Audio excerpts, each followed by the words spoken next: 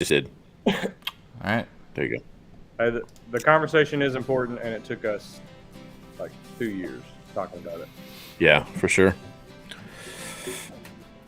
Nice intro.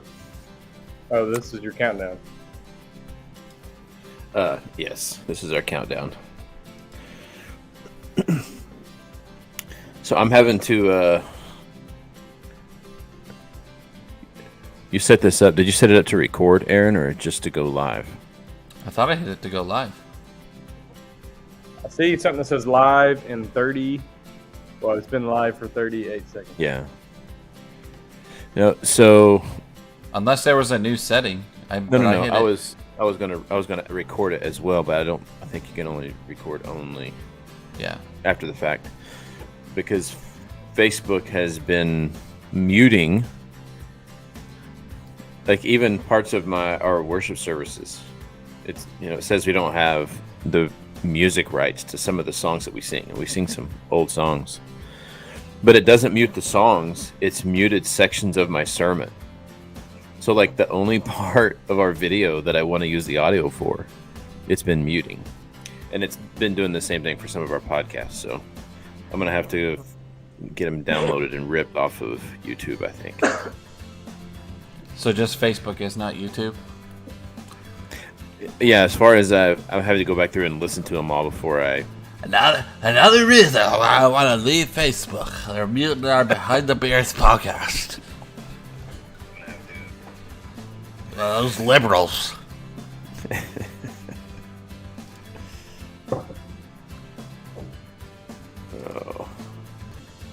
Where'd I can't... intro video from? This is from Download Youth Ministry. They just have a bunch of... They'll do like seasonal sales on 5-minute countdown videos. So I just go in and I use them for youth group too, just to give the kids like a heads up when we're gonna start. So I'll just go in and buy like $30 worth, which ends up being like 15-20 videos. So I just have a whole bunch of 5-minute countdown videos. Okay. Download Youth Ministry.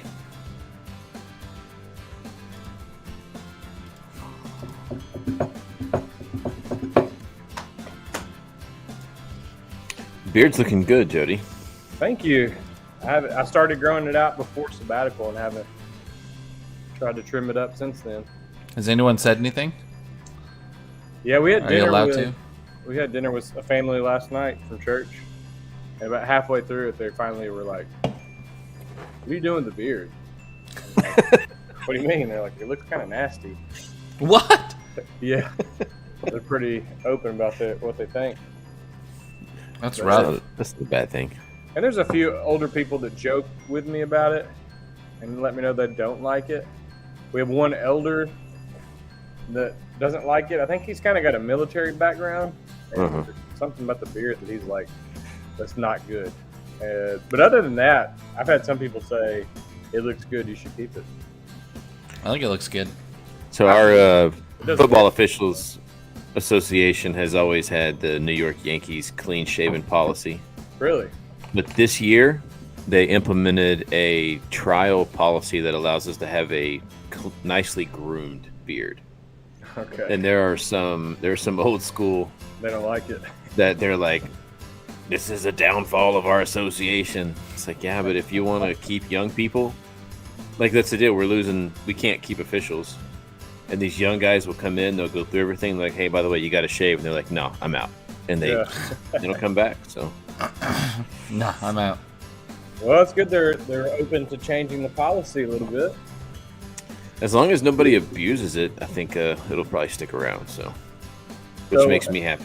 Clean shave, like a well-trimmed beard, so it's got to be. It can't be like this. Like, No, so hanging way down. I keep mine, kind of short and, well, really short. Yeah. But it's there. Is that because of officiating? That's why you're keeping it short? Well, yeah, we'll blame it on that. The Okay. truth is, I can't grow a beard to save my life, really, a big, thick one. And when I grow it out, it just gets wiry and patchy and thin. So Well, you just got to push through. That's what I always tell people. just push through it. all kinds of weird stages it goes through. You just gotta not trim it. That's right. That's why, like, No Shave November, it was like, that's when I first grew a beard, because I was like, you know what, everyone's gonna have a really terrible beard for the first couple of weeks, so I just went with it. Just went with it.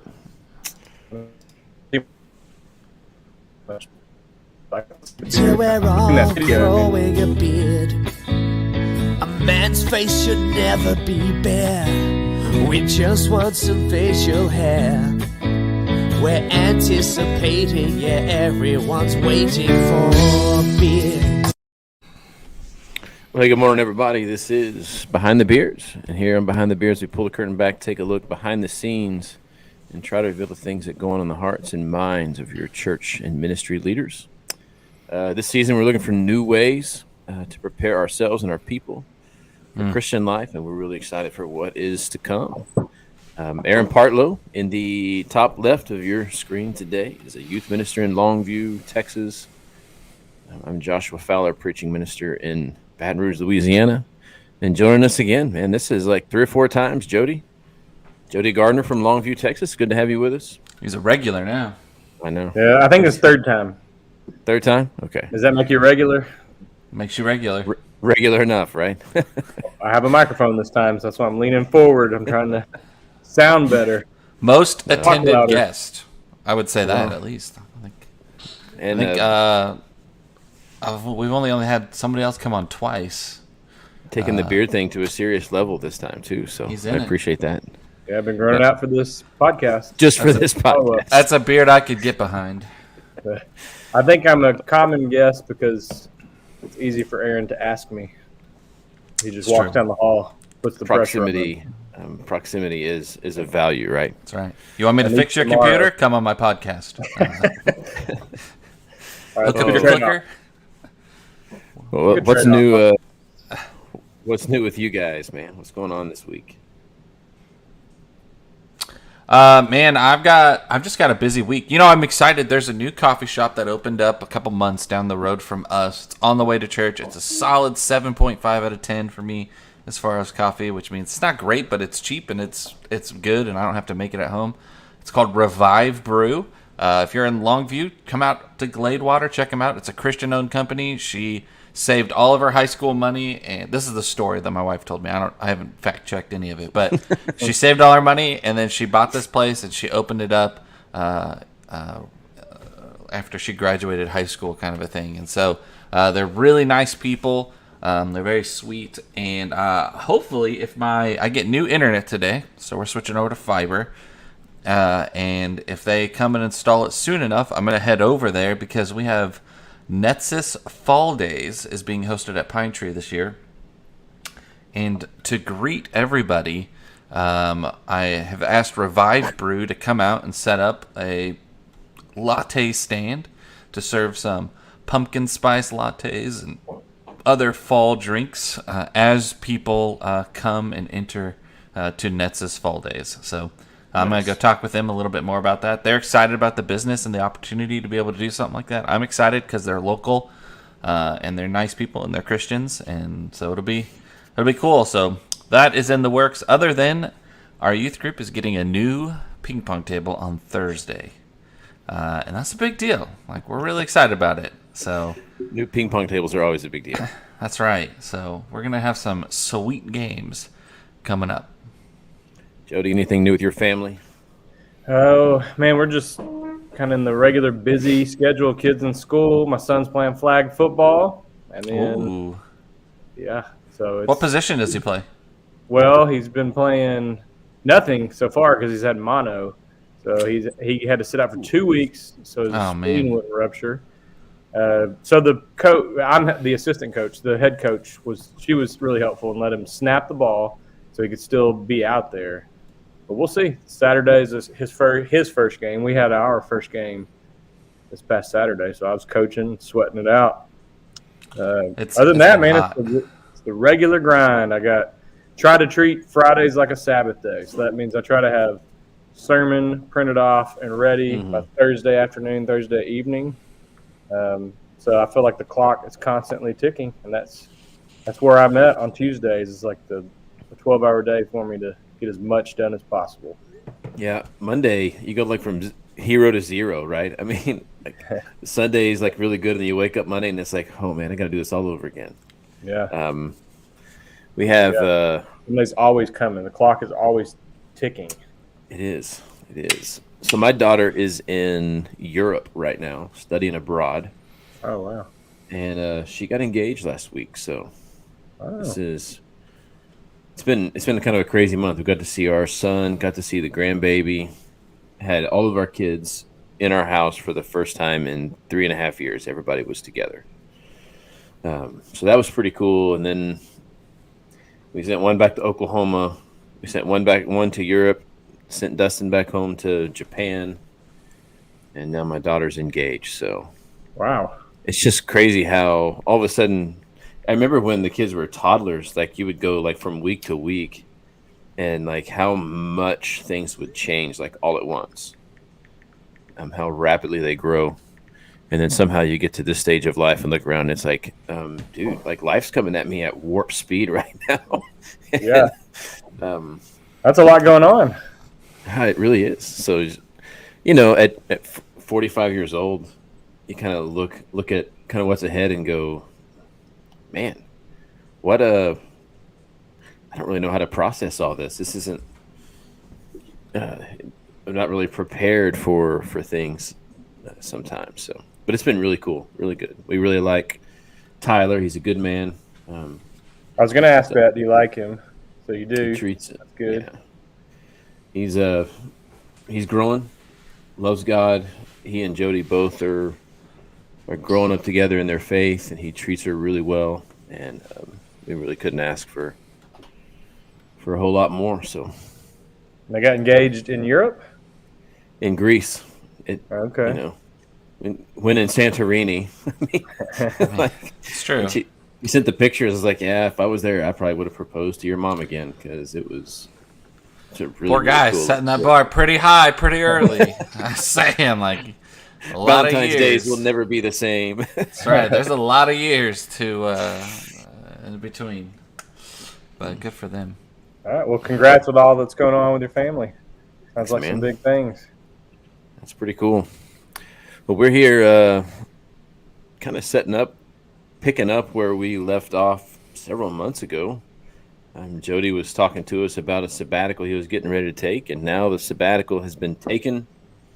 And hopefully you've recuperated from, that sabbatical. It sounds like your guys really set you up really well to come back and not feel like pressed to catch up. I think that's always my challenge with taking vacations is I'm good on the vacation, but the amount of work I have to do when I come back almost kind of makes me feel like maybe that vacation wasn't worth it. Yeah. So hopefully, it sounds like they had you set up pretty well when it came to being able to come home and get back in and really feel like things went well. We're going to talk about how that went today, some things Jody learned from that, and how we can put some of those lessons into our everyday lives as well. So, yeah. Where do you want to start, Aaron? Where do you want to start with this thing? Well, man, like we started off. So what I did, just for our viewers, so they know, a couple months ago we had a whole bunch of questions that we asked Jody. He kind of moved through it, and Jody's got some stuff that he'll talk about when it comes to sabbatical. But I thought it'd be kind of cool to jump through some of those questions again a second time, just to see, if it was like what you expected, what you get out of it, and stuff like that. This also isn't like for our viewers. It's like isn't a test for Jody to be like, did you succeed in your sabbatical? It's more like, hey, if I'm a minister and my shepherds or my elders and we're having a conversation about sabbatical, like that's great, and we should be able to have those conversations and we should be able to take them. But also, like as a minister, like what are things like you expect? Like you have high expectations. I have high expectations of mission trips and places that we take kids and how I expect it to go. And when I come home, I'm like, okay, it was a little bit different. Things happened a little bit differently. So this is more just like a, like, what'd you get out of it? Like, how did it go? Kind of a thing. So let's see. We asked you, what is a sabbatical and who needs one? Do you still feel like a sabbatical is a good thing for you personally, for a minister? Do you think, in another 5 years, you'd be like, yeah, I think doing a sabbatical would help or helps with ministry longevity? I definitely think it does. I think every minister needs one. I wish all elders would consider it. I will say, I guess, a few things. One is most people at church, I guess, to talk to me, were positive. I never heard anything negative, like, I can't believe you get this and I don't get this. Or, everybody was super supportive, positive, very welcoming when I got back. But it did make me feel like, I'll say a few things, and it may sound scattered, but hopefully it all connects. One is it was really nice to have the break, but it did feel like, I use this analogy a lot, like you're watching a movie, you press pause, and then you go do some stuff, you come back, press play, and then you pick right back up where you left off. So although I'm very thankful for the sabbatical, it went by really fast. What I predicted was true, and my prediction was that some people won't even know that I'm gone, because I took it during the summer, and we have so many people that travel a lot that I literally had a family that comes on a regular basis. Their daughter, who's sort of in your youth group, came up to me after the first Sunday, and she was like, you said something about sabbatical, and I didn't even realize you were on one, because we went to blah, blah, blah, and they started talking about all the places they went. I had lunch with a guy that said he missed hearing my voice, but then during lunch he admitted he'd only been to church once in those 5 weeks. So I say all that to say, yikes. I don't think taking a break, and for an extended break like that, is as big of a deal as maybe we made it out to be. Right, yeah. I think, in fact, some people said that to me, like, why are we making such a big deal out of this? Like, it should just be like, hey, we're giving him a break. I traveled and went to different churches.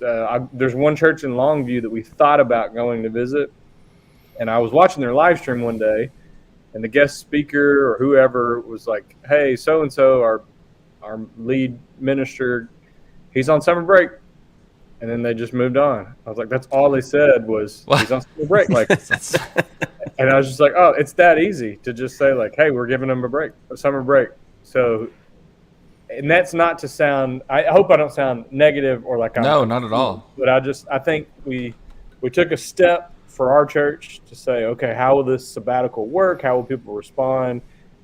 And I think at the end of it, it's kind of like, it was a nice break, but we could probably do this sort of thing more often. It's not that big of a deal. It's okay. I mean, for you, Aaron, summer would be a bad time to take a sabbatical. It would. Youth minister, but I think if they wanted to give you a break more often, whenever is the lighter youth ministry season, get guest teachers, take a break. Like, that's kind of my thought is, I think our church is open to giving us breaks and taking care of us. And I think maybe one of the things we learned is it wasn't as big of a deal as we made it out to be. Like, oh, right. He's going to sabbatical. Oh boy, most people were just kind of like, cool. It's amazing how the world keeps spinning when I'm not there. Yep. It reminds me a lot of times, like if I, like even still, like I get worried about the youth ministry if I take a week off or I go on vacation. I'm like, but what if, like, is it all gonna fall apart? And it's like, no, it's not. Like, it's gonna, like, it'll be fine.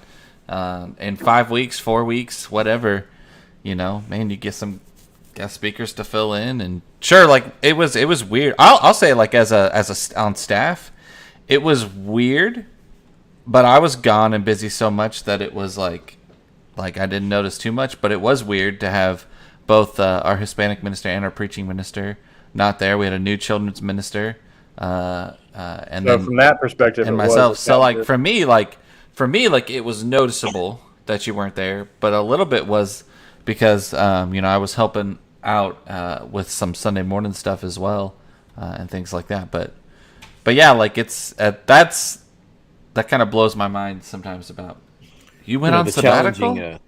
The challenging aspect for me is even for like if I'm going to be gone for one Sunday, it's hard to find people who will fill that role. Like I don't have trouble finding somebody to teach my Sunday morning Bible class. I don't have trouble finding somebody to teach my Wednesday Bible class, but finding someone who is able, qualified, and willing to preach, is just such a challenge. And so to think about doing that for a month, but when you have, the setup that you have, when you have the kind of preparation that you guys put into it, it takes that off the table because you have all that time to prepare. Yeah. Yeah, we definitely had several months. I mean, I was scheduling speakers probably early spring, if not before then. And we're blessed to have people like, we got our youth minister that can preach, Aaron. Yeah. We got some elders that want to preach and are willing. And we have several people that I got turned down by a few people within our congregation for the same reasons. Like one guy said, all right, looking at the calendar, talking to my wife, I'm not sure we're going to be there at all in July, so I'll have to turn you down. So we had a few extras that we could have used, but yeah, awesome. I could say we're just blessed, I think, to have some people that are great teachers, and for one Sunday that can transfer over and they can preach. It's a little bit different preaching, teaching, but a lot of the skills translate. And yeah, I think we did okay. Got a few outside speakers in. Well, and I think you have a good test of your health as well, because when you look at the downfall, especially of some of the mega churches that we've seen here in the recent past that have taken these pretty drastic turns, people have become defined by the guy that's in the pulpit every Sunday. Yeah. And they don't know who they are apart from the preacher. And the preacher is not just someone that brings them a lesson, but it becomes the person that they follow as opposed to being a part of the church and seeing that minister just as a tool in God's hands. And so when something happens to that leader, the whole church loses its identity. Yeah. Right. And I think this is one way that you can really test, who you are as a body. And to me, the fact that you were gone for a month and you had some people that came in and said, man, that's really cool that you took that, but I didn't really notice. There's a little part of me personally that would be like, oh man, my fingers are kind of hurt. But then when you step back and look, that says something really positive, I think, about the church, the people, the leadership, and the position that they're in. Because now, that preacher is just a part of what we do. It's not this identifying factor or the sole reason that people are showing up. So, yeah, that's interesting. That's really cool. That's a big part of church plant theology as well. Like a lot of church plants will do really well, and then they'll grow really big. And the initial first minister, or that first group who did that church plant, that church will grow based off of their personalities and their kind of stuff. But then when that age group dies off, that church either has to change, or they're going to die, or they're going to start dying off, and things like that. And churches go through that cycle as well as where do you find that dynamic identity, which hopefully we would all find that in Christ, and that's the Bible answer there. So, well, those are great points. I think the thing that the people missed was not necessarily me in that sense, but they missed consistency, I guess. Right. Some people don't like showing up and not knowing what's about to hit them on that Sunday. We're creatures of habit, so I think they missed the consistency, but it was the QR code. They're not built around my identity for sure. And then what else was I going to say? Picking July was strategic for my family, but also, we didn't try to make big decisions or anything like that. I knew that being in July, everything slows down. So I think if I were gone at a different time of the year, and there was some big decisions going on. Right. If I came back and a lot had changed, I'd probably be like, oh, crud. But I came back and the church was just like, okay, summer's over now. But nobody, there was no big meeting for some real big decision about the future of our church while I was gone either. So that was nice. I think I probably would have a different perspective if I came back and a lot had changed. They hired a new preacher or something. A new preacher, yeah. We're doing 2 services, so that's always a huge debate. And if they made that decision while I was gone and I came back, I'd be like, whoa, I wish I could have weighed in on that, But nothing like that happened while I was gone, so it was nice. It was just it is good. Just trying to paint your office, that's all. That was the only big decision that almost got made. Now that would have been throw me for a loop, but it would have been nice for somebody else to do it for me. So, how do you think your prepping helped for your sabbatical? Do you think like that you prepped in the right ways? What would you change in 5 years, in 4 years when you start prepping for another sabbatical? How do you think your prepping would change? What would you do differently? Well, Josh already mentioned something about like having time to prepare to get those speakers in. So I think I'd keep that the same. Be intentional about who you're bringing in to speak and scheduling that out, so you're not waiting to the last.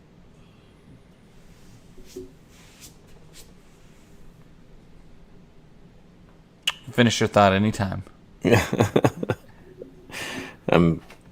the last week with my wife. I lost your video. We lost your full audio, so you'll have to restart. We still lost you. It's that sudden link internet for you. That's why we're switching over to fiber at the Partlow house.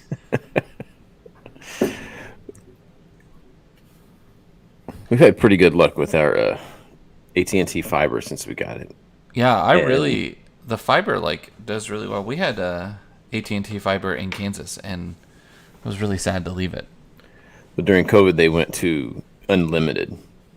Mm-hmm. So it's never throttled. We never have any issues. That's nice. Because all of our cable is like streaming and stuff. So. Oh yeah, who uses like, yeah, that's all I ever do. Oh, he's like gone. Oh, he's back. And now he's back. There it is. Saying. Yeah. How'd your prep go? I thought your internet messed up, and then I realized it was mine. I'm sorry about that. No, that's okay. We lost you. You said you had the preparation where, you would keep the preparation the same to make sure you weren't waiting until the last speakers. minute to get speakers, get people in place. So.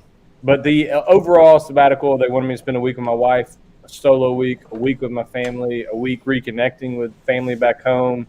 So a lot. Like when you start looking at traveling for a month, man, that's expensive. So that was something I did share with them when I got back. Is I probably would slow it down a bit, maybe only take a few trips, and stay at home a little bit more. I mean, we were gone a lot, and we had to pay somebody to mow the lawn while I was gone and take care of some things. And I don't know. I think maybe the prep of just trying to fill each week and make the most of the time.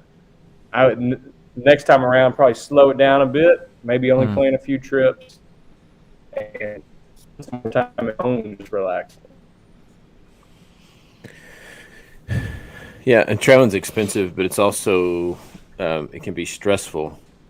When you're thinking about going somewhere and being out, packing. There's so much preparation that goes into travel as well. So.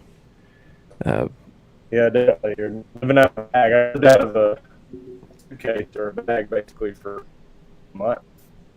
Yeah, always fun living out of a suitcase.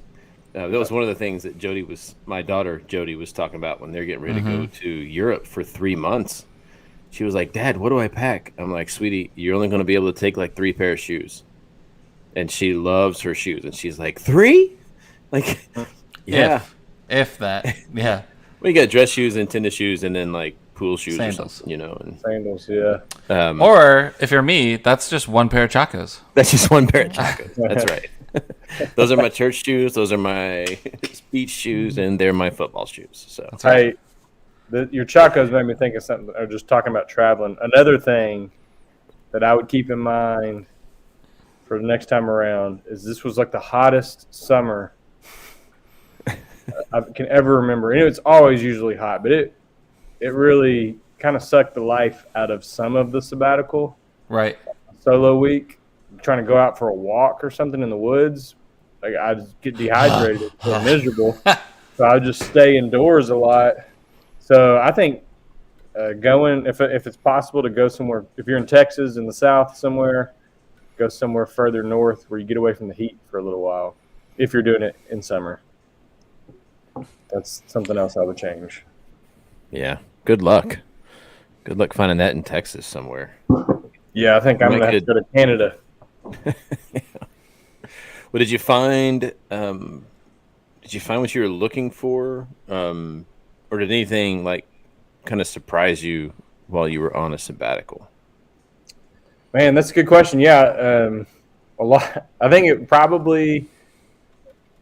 I don't know if this is the best word to use, but maybe underwhelming. Like you have high expectations, or I did, and I did. And I tried not to, but you kind of think like, oh, I'm going into this month of silence, and I'm not going to hear from anybody from church, so God's going to reveal the next big thing to me, and I'm going to come back, this new person. So I didn't really get that, but a few things I shared with our church when I got back was, for one, just reading the Bible, just for the sake of being with God, was kind of unexpected, and I enjoyed it very much, because normally, as a preacher, even if I read the Bible, it's always kind of like, all right, how can I teach this, preach this? I got a sermon coming up, I got a class coming up. So it's beneficial and you can grow spiritually, but it was nice to just read, and then it's just like a devotional reading, me being with God.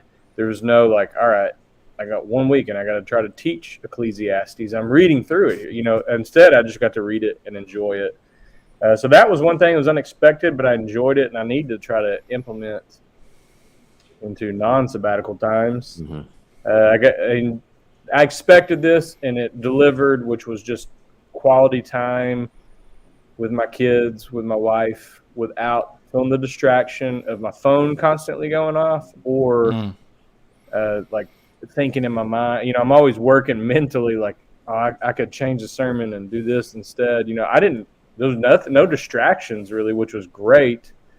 And people respected it. So my phone did not go off at all. Like nobody from church was calling or texting, which was cool. So got the quality time with family. I got the devotional Bible reading going on. Some other things I didn't expect were like emotional regulation. I think because I stay so busy, there's some emotions that I ignore, and being with family, being with people outside of our normal context here, there were some things that I think I had to attend to, like some things that make me mad, make me angry. Why does that make me angry? I had to question some of my own emotions, and I don't like doing that. I would rather just stay busy and not have to deal with that. So those are things that, sitting on a plane or being in a car for a long time, you're kind of like, why am I feeling this way? Like, what is that all about? So, and going along with the emotions is my solo week. I really looked forward to that, because I thought, when you are really busy and everything's loud, it's like the thought of going off in the woods for a week sounds great. But when I got there, it was a lot lonelier than I was expecting. I admitted this to the elders during that solo week. After a few days, I broke down and I started working on a sermon. Not break down and crying, but I broke down and worked on a sermon for an entire day, this James series that I'm in, because I knew, I was like, I'm just sitting out here, but as soon as sabbatical's over, I'm going to start preaching again. So I took advantage of that time, and I did work a little bit, but I don't know, still Bible study, I guess, is not horrible. It's hard to feel like upset about that. You know what I mean? Yeah. Like, because you're like, I think that's what one of the elders said. Like, well, you're still reading the Bible, I guess. Like, it's not horrible. That's also interesting. just a part of who you are, right? I mean, it's just yeah. Like at some point, it is. It's just part of who you are, and it's like it's how you live your life too. It's like how I spend some free time. I think about that too. Like, there's a lot of moments where like I'm thinking about what we're going to do next and what the next step is for our youth ministry. And yeah, I can be on vacation, but like if we're watching TV and we're just goofing off or whatever, like I'm probably still like Googling or looking up, thinking about it or looking up little things and being like, oh, this would be fun. I'm going to bookmark this for youth group, or this is a good idea. Well, I will say that during the solo week, that's interesting. When I started working on it, that felt right. It was like, okay, now I'm doing something. And I think that's kind of maybe just the American always need to be productive. And so I felt more productive when I did that. I did talk to a spiritual director that week during my solo week. And I expressed to her that like I felt lonely and sad, and I didn't expect that. I did miss my family a lot. And she pointed out a few things that I thought were really helpful. For one, she said that you might have the expectation of you're going up on the mountain and you're going to come down with the 10 Commandments. And she's like, God may be doing something very different with you. And she's like, you and your elders may have that expectation. And then she also just said, if you're feeling unpleasant emotions, it's like, what if God is just inviting you to experience some of the humanity of Jesus? So when Jesus spent 40 days in the wilderness, don't you think there might have been some sadness or loneliness that he had to wrestle through? Mm-hmm. And that was really a game changer for me to think like, all right, it's not like something bad is happening just because I felt some sadness or loneliness during the solo week. So I took her approach and I was like, yeah, I think maybe think about what Jesus had to deal with. Some of the loneliness he would have felt in the wilderness or on the cross. So that was definitely unexpected. I thought that solo week I was going to come back and I was going to be a super calm person with this really wise word from the Lord that I have to share with the world, but I did not get that. But that's okay. That was just because I had my own expectations. But yeah, another thing is I didn't miss preaching, and I don't mean that in a bad way. But people ask me that a lot, like family. Like, do you miss preaching? I'm like, no, I don't. But yeah, I enjoy it now that I'm back. But I wasn't attending other churches. We did do that. I wasn't attending churches thinking, man, I wish I was preaching today. It was nice to just sit there with my family. Mm-hmm. It was nice not to prepare. Well, you mentioned that about the emotions, and we were talking, before the podcast started about, man, as soon as Sunday's over, Monday's coming right behind Sunday, and we got to start all over in preparation for what's happening on Sunday and making sure that everything, comes as it's supposed to. And then, when you deal with other people and the things that are going on as a minister, as someone who, cares for them, there's not space in our lives to deal with our own emotional state. Yeah. And so, and it's not because, we tell everybody the importance of it. We know that it's important, but because of the constant demand for time and attention, that when we get those days, a day and a half, a week of that really off time, it's never really used for my own benefit, because now I can really focus my attention on my family. And in my family, oftentimes I serve that same role as caretaker and pastor, really, and minister in a different way, spiritually for sure, but as a father, as a husband. And so I can see how, you kind of get in that moment and it's like, well, this is like so foreign. Mm-hmm. But I can also see how foreign is a good word. Comes from it. Yeah. I'm an emotional procrastinator. Like I really and like it took me a while to figure that out.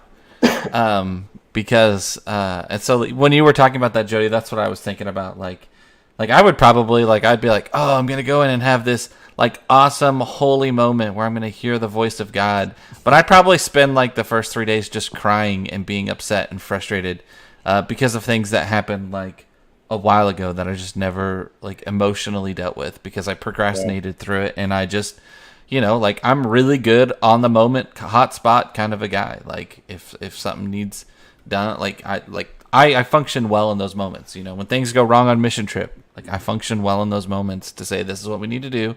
This is the plan. We'll fix it and we can do this. That's why I enjoy church camp so much, because there's a whole lot of that game actually is not going to work at all. So we need to change it right now. Crisis management, right? Crisis management. Yeah. But I'm an emotional procrastinator. I found that out when I was in college and my grandmother passed away, and I was forcing myself to try to feel something, and I never really felt anything until a year and a half later. And we were sitting in church on a Wednesday night. I was home for the summer, and I just started crying on my mom's shoulder, and she's like, "What is going on?" And I was like, "Man, grandma's gone." And she's like, "What? What are you talking about?" Yeah, she's been gone for over a year and a half. And it was I finally my body was ready to deal with that emotions. And so I think about that on your own time. I do the same thing. Yeah. I don't process it maybe in the moment like everybody else does. A year and a half is kind of a long time, but I mean, it is a long time. Everybody's different. Yeah, well, So I can say that is crazy. Foreign was a good word Josh used, an emotional procrastinator. Yeah, that was a lot of probably what I was dealing with in hindsight, and I just didn't know it. So really, it was just like all of a sudden some strong emotions, and I'm like, where's this coming from? Why do I feel this way? And I don't think this is related necessarily, but the worst day of sabbatical was the very first day. Oh. Mm-hmm. And it was my daughter's birthday, so I feel bad about that. Let's dive into that. Why do you say that? Man, I don't know. I've thought about that a lot. I prayed about that a lot because I was like, if this is how it's going to be, I'll just really get to work. It's going to be a lot of days here. It was a Monday, so and that Sunday was, the end of a long stretch of preaching, 8 funerals in 1 year, like all that stuff that had gone on the first half of the year. So I think day one was like, I'm tired still. I'm in a bad mood because of it. My body was tired. My mind was tired. And I think it was like, but it's sabbatical. I'm supposed to be happy and having fun. So I think maybe I just wasn't. I should have given myself, even my wife said, like, those first few days, you should have just gone off by yourself somewhere and slept a lot and then come back. So, I mean, she was annoyed being around me because I was moody and irritable, and our living room and kitchen are all one. So when somebody's getting ice out of the refrigerator or the sink's going, it's like, oh, I got this headache. Y'all be quiet. That's the kind of mood I was in. It got better as the day went on. Would you switch your weeks? Like when you did it again? Yeah, like how you took it. Would you take, like, next time, would you be like, yeah, I'm going to take like 2 or 3 solo days and then come back and do family week, then wife week, and then solo week? Or man, that's I don't a good know how question. You did it. It's a really good question. So the first week was it was a bonus week because I had misunderstood what they were offering. Juan understood it one way. He was taking 5 weeks, so they said, okay, you can too. So that was kind of a bonus week if I don't have to go in the office. And once I got past day one, that first week was great. We got in a good rhythm together of when everybody was going to bed, when everybody was waking up. Some of the things we were doing, like with the kids, it was fun. That was a fun week. So I think I'd keep that the same, but maybe day one would just be give myself some grace and maybe just sleep in that day and take it easy and not schedule anything and just realize, like, hey, you're tired, so recover a little bit. I don't know if I would flip-flop the order at all. The second week, I went to Las Vegas with my wife, and that week was a lot of fun for the two of us. I think that's not something we should wait 5 years to do again, but like go on a trip, just the two of us. I'll interject there. We actually have members at church who, like, I guess, like, I'm just an idiot. Like, I've never heard of this, but they have people at church who'll watch their kids and then they'll just leave for like a week and go on vacation, like a husband and wife. And they're like young kids. Yeah. And I'm like, people do that? Yeah. Like, I was like, I love Sam. I love Sam. And I love going on vacation with Sam. But it's different when it's just you. But man, it would be awesome to just like go on vacation with Lauren, like just me and her, and get to go and just like have a blast, like, so that's I agree. Like, I guess I'm here going like this, like, there's a cruise port. There's a cruise port in New Orleans.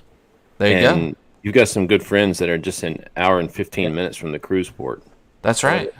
And that's an open. They've raised 3 kids of their own successfully, it's true. So they could handle Sam for a few days. They did handle Sam pretty well for a couple of those. They almost bought him some Jordans, and I had to talk him off that mountain. But yeah, I don't know if I would change. The order of that week was great because that was just the second week, and I think that helped us for the rest of the sabbatical because it's like instead of being tired and annoyed with each other, it was a reminder that we do really like each other and we can have fun together. And so that was a great week.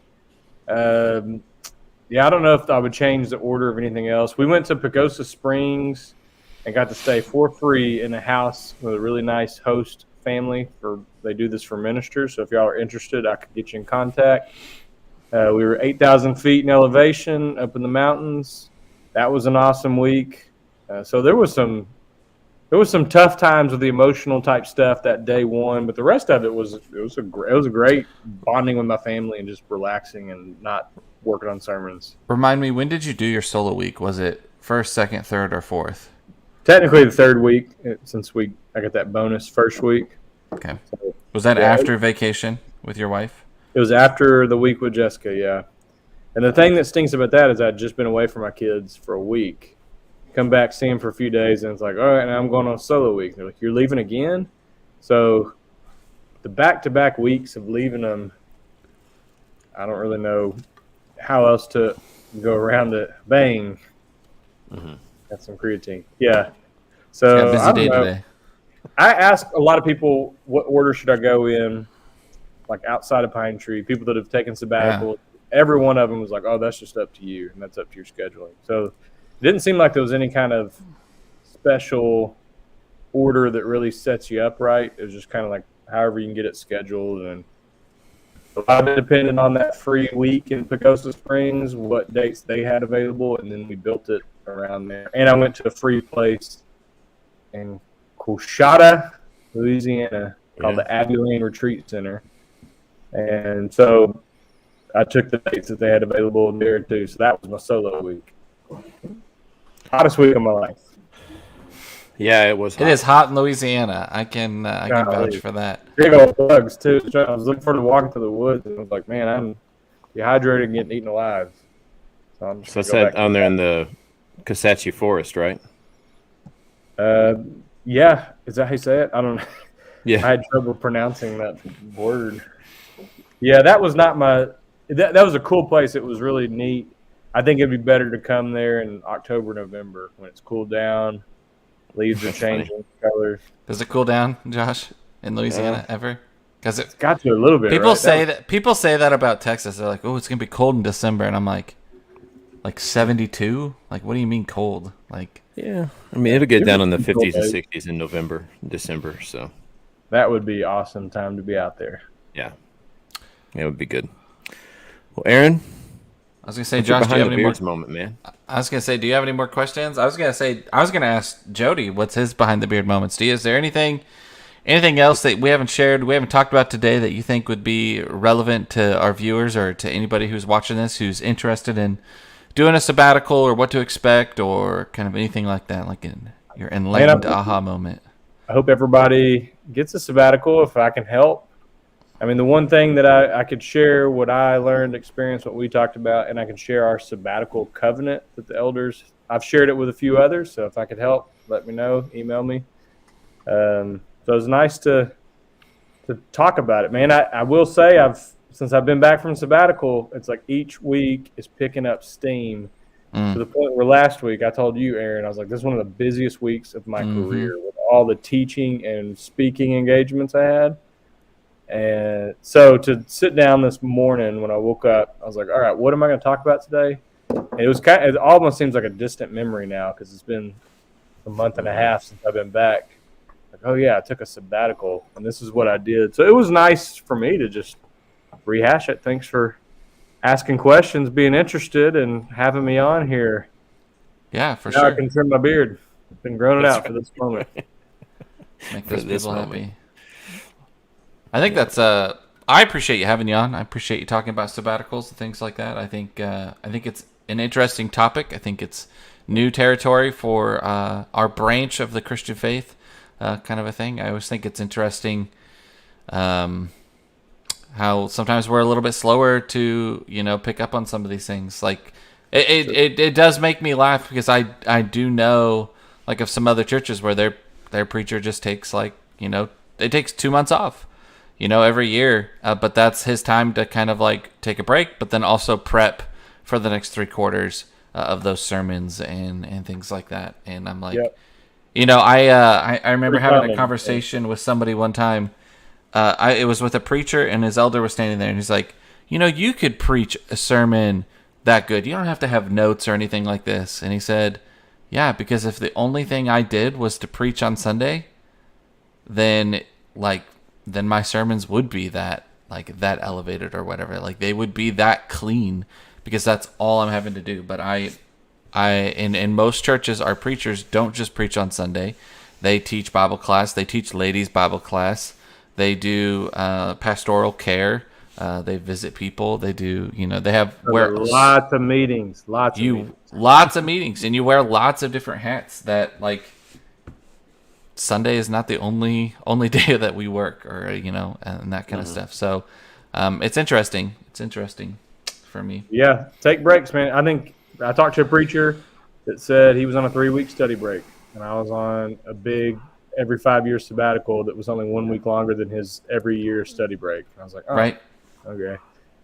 So yeah, breaks it's not that big. I think your church will survive. I think it's good for longevity, and everybody needs to take breaks. It's almost like a real sabbatical. It'll be like 3 months or 2 months or something like that. Yeah. Kind of a thing. And some do that every 7 years. Every 7 years, 3 months instead of 5 years, 1 month. Right. Yeah. All right, I think Josh crazy. was tired of it. He said, I'm out. He was out. Hey, you know what, everybody? We want to, let's see if I can do this. We want to remind you of this verse. This is really important to us here at Behind the Beards, and it's something that we want you to think about. But we want to remind you of Galatians chapter 6, verse 9, right? Do not grow weary in doing good. This world is messy. This life is messy. So allow Christ to use you to do something different, something good in His name. I'm Aaron, and usually Josh is with us, but I think someone came to the door. But this is Jody, and we will see you next week on Behind the Beards. Till we're all growing a beard. A man's face should never be bare. We just want some facial hair. We're anticipating, yeah, everyone's waiting for a beard. And I'm all that's left, baby. We'll see you next week.